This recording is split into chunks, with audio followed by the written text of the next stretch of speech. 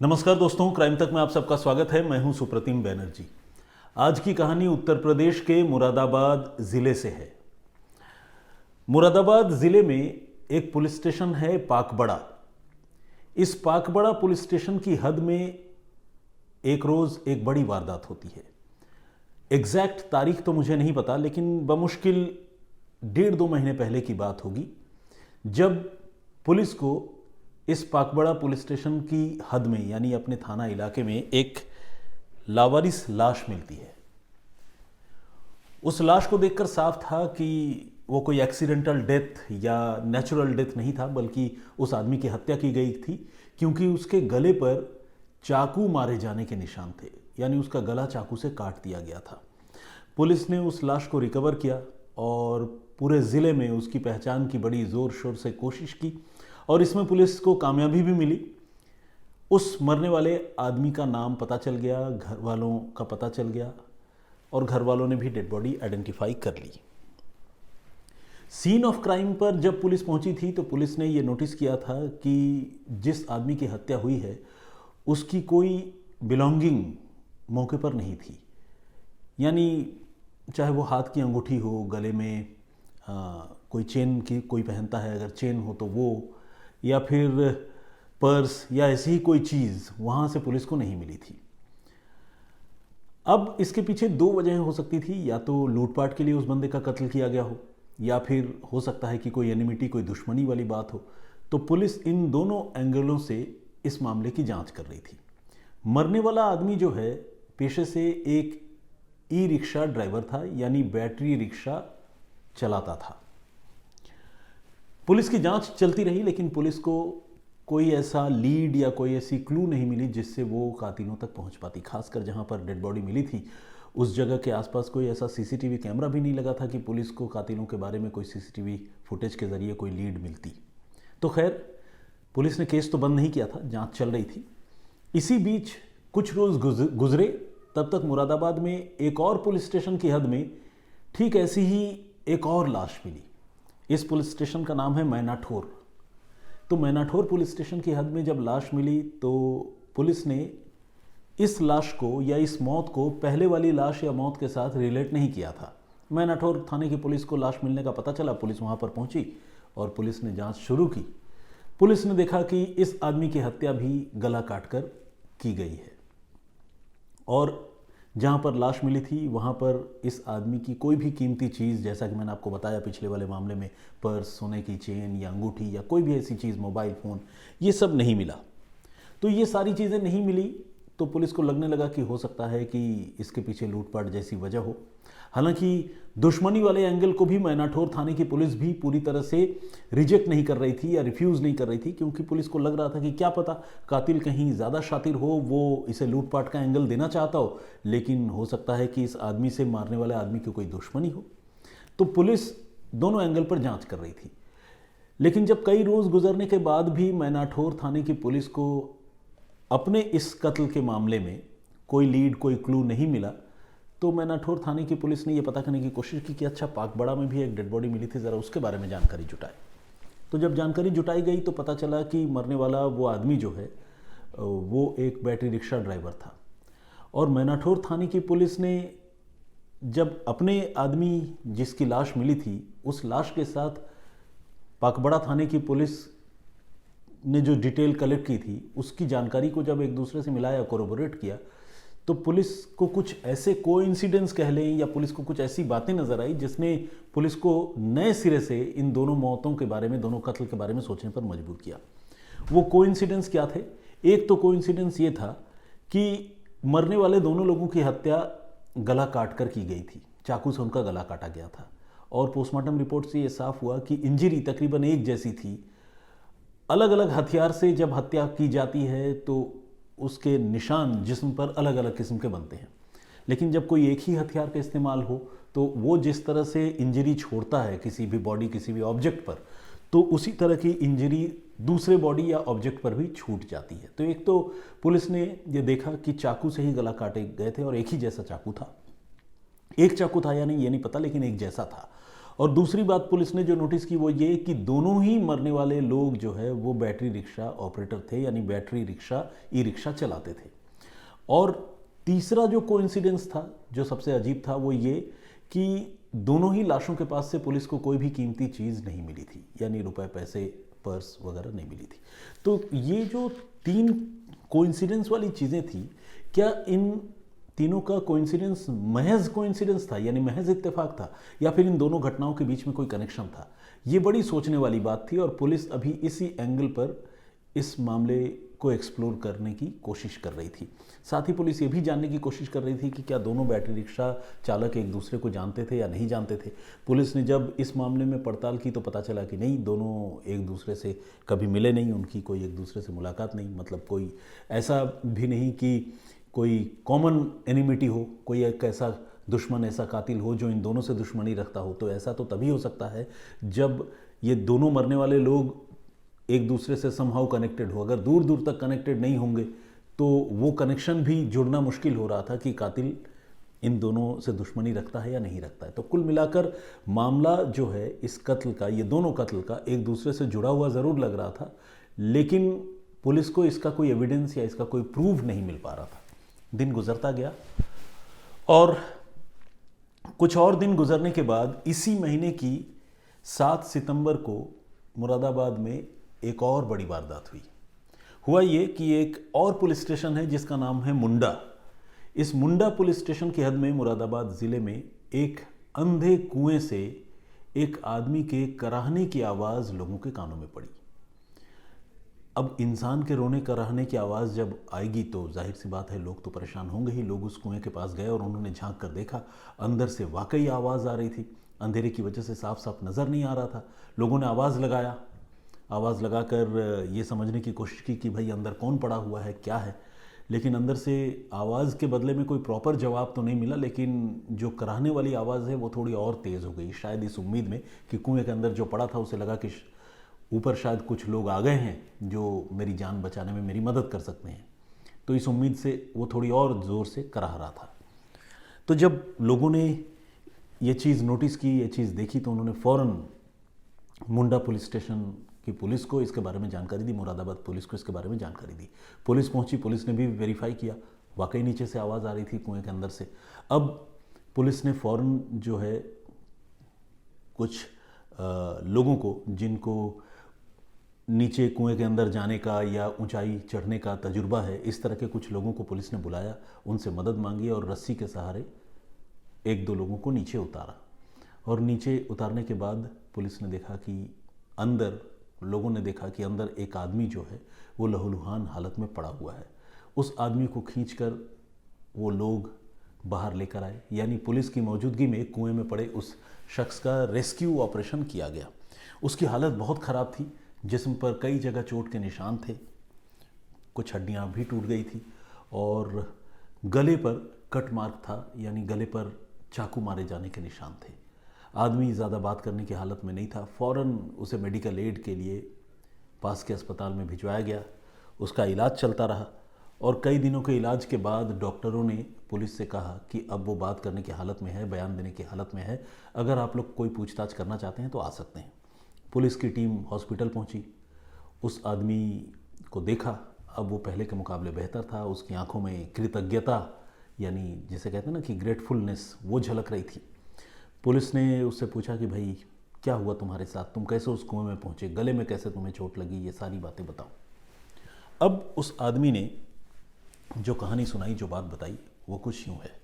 उस आदमी का ये कहना था कि वो भी बैटरी रिक्शा ड्राइवर है, यानी बैटरी रिक्शा चलाता है। 7 तारीख को ही, 7 सितंबर को ही दिल्ली लखनऊ हाईवे पर एक शख्स उसे मिला जिसने उसे ई रिक्शा की बुकिंग के लिए कहा। उस शख्स ने अपने आप को एक वेजिटेबल वेंडर बताया, यानी सब्जी बेचने वाला, और कहा कि वो खीरे का कारोबार करता है, खीरा बेचता है, तो उसे खेत से खीरा लेकर आना है, तो अगर वो इस सौदे के लिए, इस सवारी के लिए तैयार हो जाए तो फिर वो साथ में चलेगा। अब ये जो बैटरी रिक्शा ड्राइवर है, जाहिर है ये तो कमाने के लिए ही घर से निकला था ई रिक्शा लेकर। उसे जब सवारी मिली और पता चला कि पास में ही खेत है जहाँ से खीरा लेकर आना है, तो वो उस आदमी के साथ खीरा लेने के लिए खेत तक जाने को तैयार हो गया। अब बैटरी रिक्शा ड्राइवर को वो जो खीरे वाला है वो अपने साथ लेकर इंटरनल एरियाज़ में गया, सुदूर ग्रामीण इलाके में, गांव के और अंदर, और खेत से खीरे की कटाई वगैरह का काम चल रहा था, वहाँ पहुँचे। और लेकिन इससे पहले कि वो वहाँ से खीरा खरीदता, उसकी गाड़ी में खीरा रखा जाता, तब तक हुआ ये कि 2 और लोग वहाँ पर पहुँचे। और ये जो आदमी जिसने ये बैटरी रिक्शा को हायर किया था, उस आदमी ने उन 2 लोगों को बुलाया बेसिकली फ़ोन करके। वो 2 लोग पहुँचे और इस तरह से 3 लोग हो गए। और उन 3 लोगों ने मिलकर अचानक ये जो बैटरी रिक्शा का ड्राइवर है इसको काबू कर लिया और इसके गले में चाकू मार दिया। ये सकते में आ गया, अचानक क्या हो गया, कोई दुश्मनी नहीं, कोई लेना देना नहीं। वो गिड़गिड़ाता रहा, माफ़ी मांगता रहा, कहता रहा अगर मुझसे कोई भूल हो गई मुझे छोड़ दो, मेरी जान बख्श दो, जो लेना है ले लो। लेकिन वो जो खीरा बेचने वाला आदमी था और उसके जो साथी थे वो बड़े जालिम थे और उन्हें किसी तरह भी इस आदमी पर कोई रहम नहीं आया। उन्होंने इसके गले पर एक के बाद एक कई चाकू मारे और इसके जेब में जो भी पर्स था और जो भी कीमती चीज़ें थी वो सारी चीज़ें लूटी।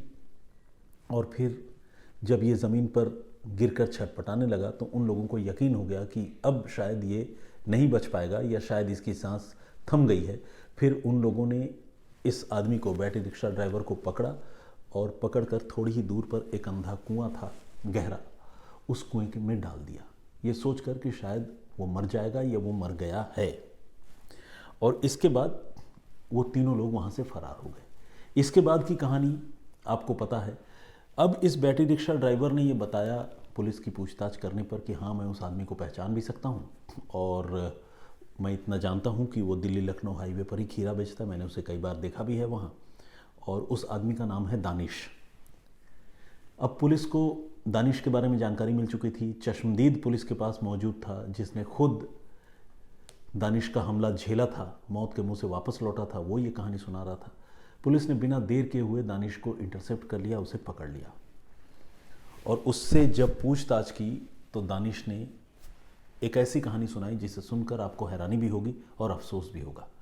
दानिश बेसिकली एक नशे का आदी इंसान था जिसके लिए किसी दूसरे इंसान की ज़िंदगी के कोई मायने नहीं थे। वैसे तो वो पेशे से एक खीरा विक्रेता था, सब्ज़ी विक्रेता था, लेकिन खीरा बेचते बेचते उसे न जाने क्या सूझी। उसे लगा कि अगर वो लोगों से लूटपाट करने लगे तो उसे अचानक से ज़्यादा पैसे मिल सकते हैं और उसे उसके नशे का इंतज़ाम भी हो सकता है। फिर दानिश ने अपने 2 दोस्त जो नशे के आदी थे, नशेड़ी थे, उनको अपने साथ मिलाया और फिर एक एक करके लोगों को टारगेट करना शुरू किया। उनके लिए ई रिक्शा ड्राइवर जो है वो इजी टारगेट थे, क्योंकि ई रिक्शा ड्राइवर कभी भी कहीं भी आने जाने के लिए सवारी की उम्मीद में तैयार हो जाते थे। और इस तरह से उन्होंने पिछले 2 से ढाई महीने के अंदर 2 लोगों की हत्या कर दी थी, जिनकी लाश पहले बरामद हुई थी पाकबड़ा और मैनाठोर थाने में, और तीसरी हत्या की कोशिश उन्होंने मुंडा इलाके में की। लेकिन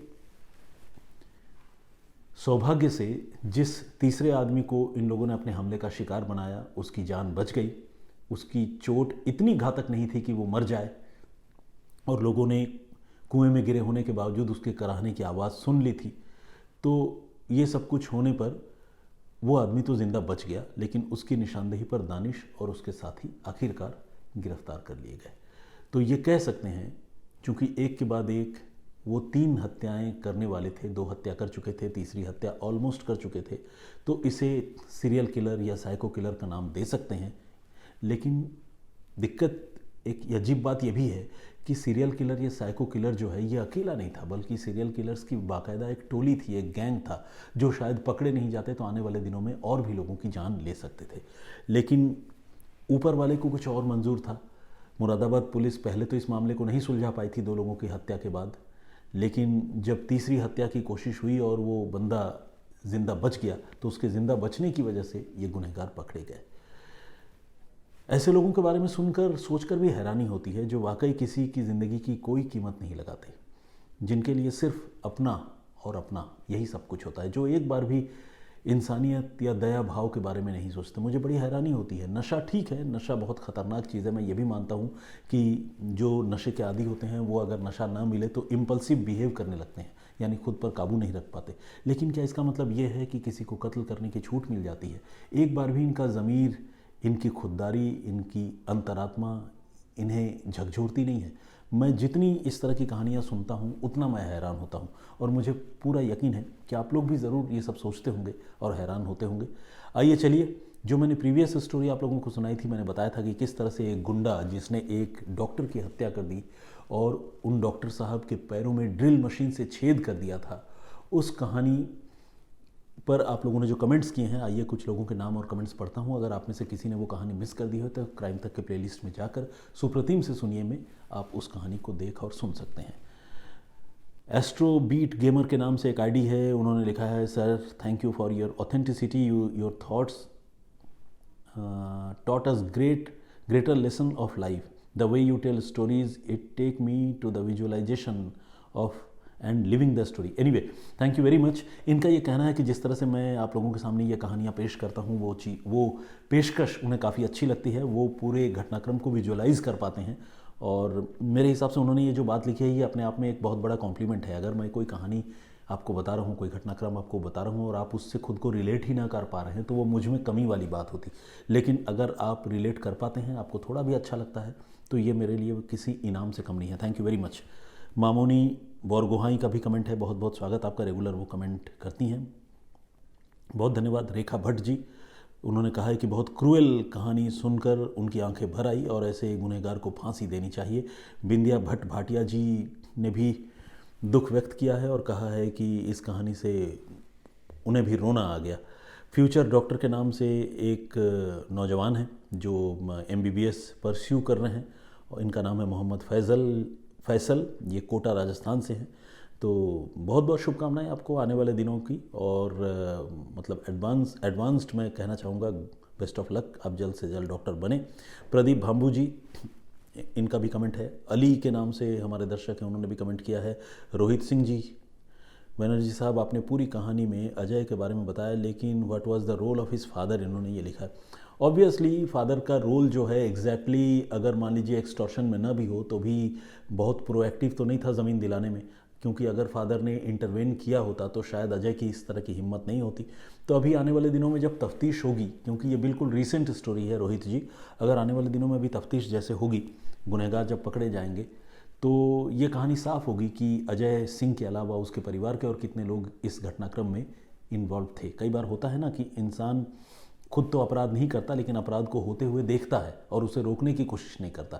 तो इस तरह के मामलों में जहाँ खरीदने बेचने में वो इन्वॉल्व हो, लेकिन बाद में उस डील को फाइनलाइज कराने से वो पीछे हट जाए, तो मुझे लगता है कि फिर उसके फादर की भूमिका भी शक के घेरे में होगी ज़रूर।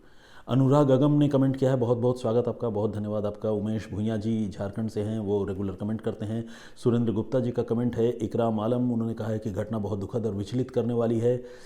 श्राबुनी रुखित, इन्होंने लिखा, I wonder whether the victim was aware of police and court from the very first time he should have approached court asking to refund of money. आपकी बात सही है, उसे पुलिस और कानून की मदद लेनी चाहिए थी, लेकिन आपको पता है हमारा लीगल सिस्टम भी किस तरह से काम करता है, बहुत ज़्यादा वक्त लगता है, और इस तरह के मामलों में तो पुलिस, आपको जानकर हैरानी होगी कि इन्वॉल्व ही नहीं होती। पुलिस कहती है कि वो ज़मीन का मामला है तो सिविल डिस्प्यूट है, हम इसमें कुछ नहीं कर सकते, आपको कुछ भी करना है आप कोर्ट चले जाइए। अब कोर्ट में एक एप्लीकेशन लगाइए, उसके बाद महीनों का डेट, तो आदमी जो है सोचता है कि ठीक है, मैं अपने लेवल पर इस मामले को हैंडल करने की कोशिश करता हूँ। कोई भी इतने ख़तरनाक कॉन्सिक्वेंस के बारे में, शाबुनी जी, आदमी सोच नहीं पाता, वो विजुअलाइज़ नहीं कर पाता कि वो जहाँ जा रहा है वहाँ उसका कत्ल होने वाला है। तो इसीलिए कई बार इंसान के साथ धोखा हो जाता है। नरेश कुमार जी ने भी कमेंट किया है, बहुत बहुत स्वागत आपका। विजेंद्र सिंह जी का कमेंट है। विकास लोंडे जी का कमेंट है, इन्होंने लिखा है, बहुत दुखद कहानी और गुनहगार का इनकाउंटर कर देना चाहिए, उन्होंने ऐसा लिखा है। परूप शिष्टा जी जर्मनी से हैं।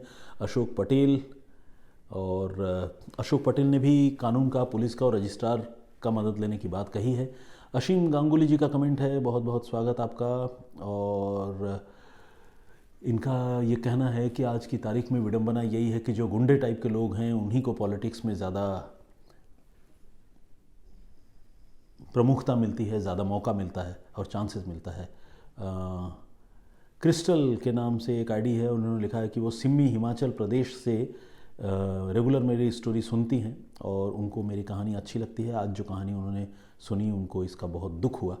मरियम मोहम्मद जी का भी कमेंट है, नाइस सर जी। उन्होंने लिखा है, हमारे एक दर्शक है, उन्होंने लिखा है कि सर हम आपके एपिसोड को पूरी फैमिली मिलकर देखते हैं, आपकी कहानी सुनाने का अंदाज़ बहुत अच्छा है, हमारा कमेंट ज़रूर जिक्र करना। देखिए जिक्र तो मैंने कर दिया, लेकिन चूंकि आपकी यूज़र आईडी में आपका नाम भी डिस्प्ले नहीं हो रहा है तो मैं पढ़ नहीं पा रहा हूँ।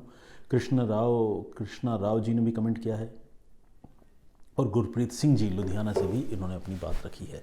सैकड़ों लोगों ने कमेंट किया है। आज बहुत ज़्यादा रिस्पॉन्स आप लोगों का आया है स्टोरी पर, तो सारे लोगों का नाम और कमेंट तो नहीं पढ़ सकता, नहीं ले सकता, लेकिन आपसे गुजारिश है कि ये सिलसिला जारी रखिए। और आज जो कहानी मैंने आप सबको सुनाई उस पर आपकी सोच, आपकी राय क्या है, प्लीज़ कमेंट करके ज़रूर बताइए। मैं जब फिर किसी और कहानी के साथ आप सबके सामने हाजिर होऊंगा तो वो कमेंट्स, वो नाम पढ़ूंगा और हमारा जो ये 2 वे कम्युनिकेशन है ये आगे भी यूं ही चलता रहेगा। फिलहाल मुझे इजाज़त दीजिए, अपना बहुत ख्याल रखिए, सुरक्षित रहिए। जय हिंद, जय भारत।